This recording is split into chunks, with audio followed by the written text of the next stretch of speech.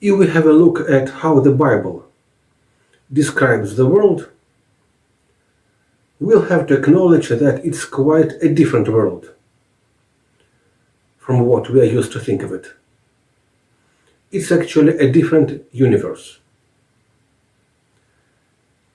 Everyone knows that man's thoughts are where?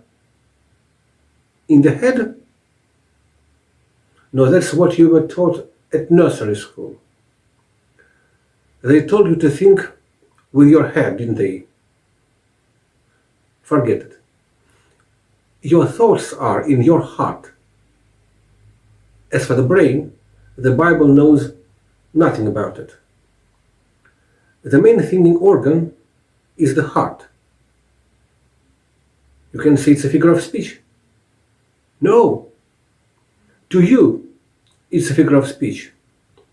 Because you have been taught that people think with their head. In the Bible we read, "Your word I have hid in my heart." Meditate within your heart on your bed. My heart was hot within me. While I was musing, the fire burned. Read the Bible carefully. It's only the heart that thinks and meditates there. And they have no idea that the heart is just a muscle pumping blood. They believe that the heart isn't merely beating like a motor. They thought it is the center of decision making, and it isn't quite clear what your brains are for. The image of heart as the center of personality is habitual to us. We have lots of sayings like, follow your heart, do what your heart tells you. They're all based on understanding the heart as the main organ of thinking and intuition. We see that now as imagery, but the ancients really believed that. If they hadn't thought that way, they would have said at least once in the whole Bible that in reality we should think with our head. But there is more to it. There is another important aspect of emotions. Where are emotions in the Bible? The heart is for thinking, but where are emotions? They are in quite a different place. I will now tell you where they are. Even read about that.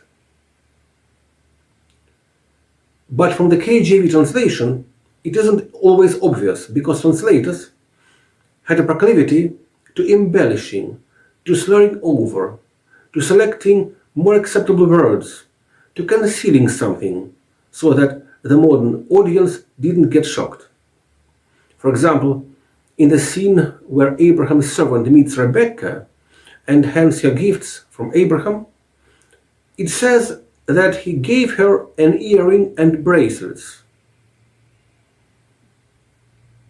But in fact, that ring was a nose ring, not an earring. And we see the correct translation in New King James and in New International Version. So, as it may not be obvious to us that Rebekah had a ring in her nose, so it isn't obvious where, according to the biblical authors, emotions nestle. And it's there that they really nestle, because all the people around thought so. Otherwise, they wouldn't be there. Let's read. Song of Solomon, chapter 5, verse 4. My beloved put his hand by the latch of the door, and my heart yearned for him. Isaiah chapter 16, verse 11. Therefore my heart shall resound like a harp for Moab, and my inner being for Kir-Heres. Jeremiah 31:20. Is Ephraim my dear son? Is he a pleasant child? For though I spoke against him, I earnestly remember him still. Therefore my heart yearns for him. I will surely have mercy on him, says the Lord. Lamentations, chapter 2, verse 11. My eyes fail with tears. My heart is troubled. My bile is poured on the ground because of the destruction of the daughter of my people, because the children and the infants faint in the streets of the city. The word translated in all the scriptures as heart is actually not a heart. It is me'aim, bowels. Jeremiah 4:19. O my soul, I am pained in my very heart. My heart makes a noise in me. I cannot hold my peace, because you have heard, O my soul, the sound of the trumpet, the alarm of war. Here the word for bowels is changed to soul. But bowels is a very general word. Which part of the bowels is the most responsible? We have heard a mention of bile in one of the verses I have quoted. In fact, the word translated there as bile is kaved, which means liver. Here is a place that tells us more. Proverbs chapter 23, verse 16. Yes, my inmost being will rejoice when your lips speak right things. In fact, the word kiryotai, translated here as inmost being, means kidneys. So we can see that translators really slurred the situation over. I have checked all those scripts myself. You can do the same. The word me'aim really means bowels, and specifically we can see bile poured on the ground and kidneys rejoicing. Those are the same words as we can see in this place. 2 Samuel 20, verse 10.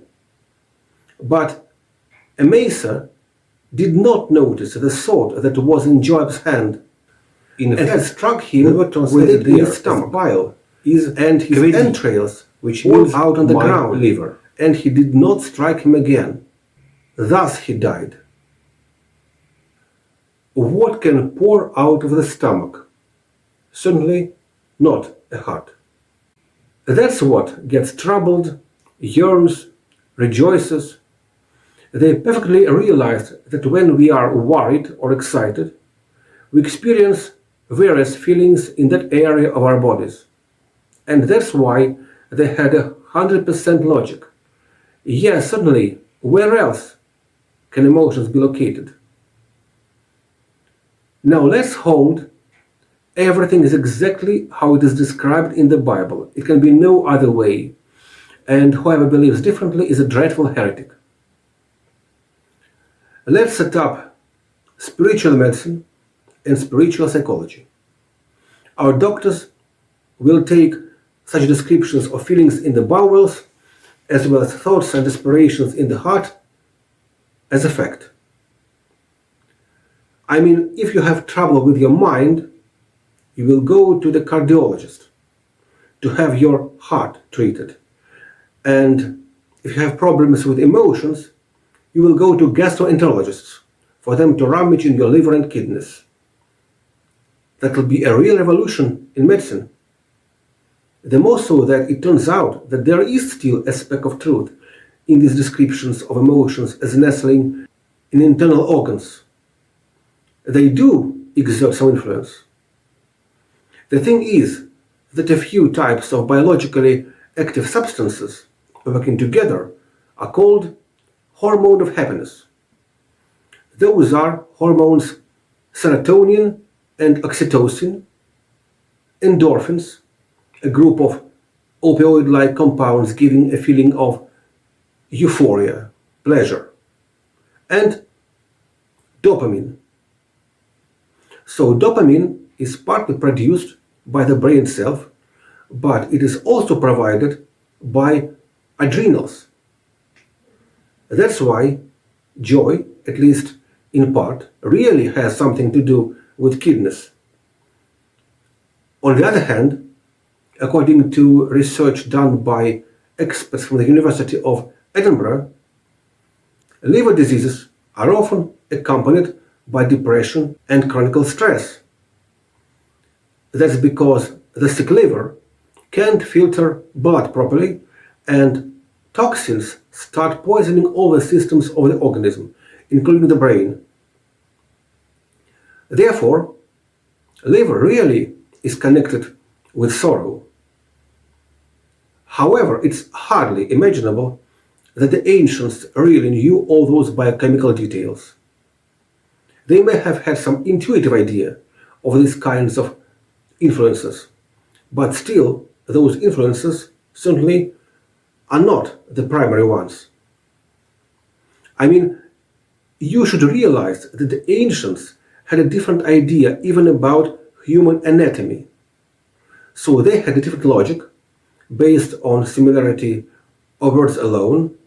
They had different grounds for classification of the words objects. They had a different anatomy. And how could you have talked to them on the grounds of real logic, real medicine? That's why the Bible clearly takes this approach. If you feel like seeing cause and effect relations in simple consonants of words, welcome, let's play this kind of puns. If all of you are convinced that thoughts are in the bowels, welcome, let's talk to you proceeding from these ideas. For the important thing isn't where they are, it's what kind they are. There are things that are more important than the facts applied to talk about those things.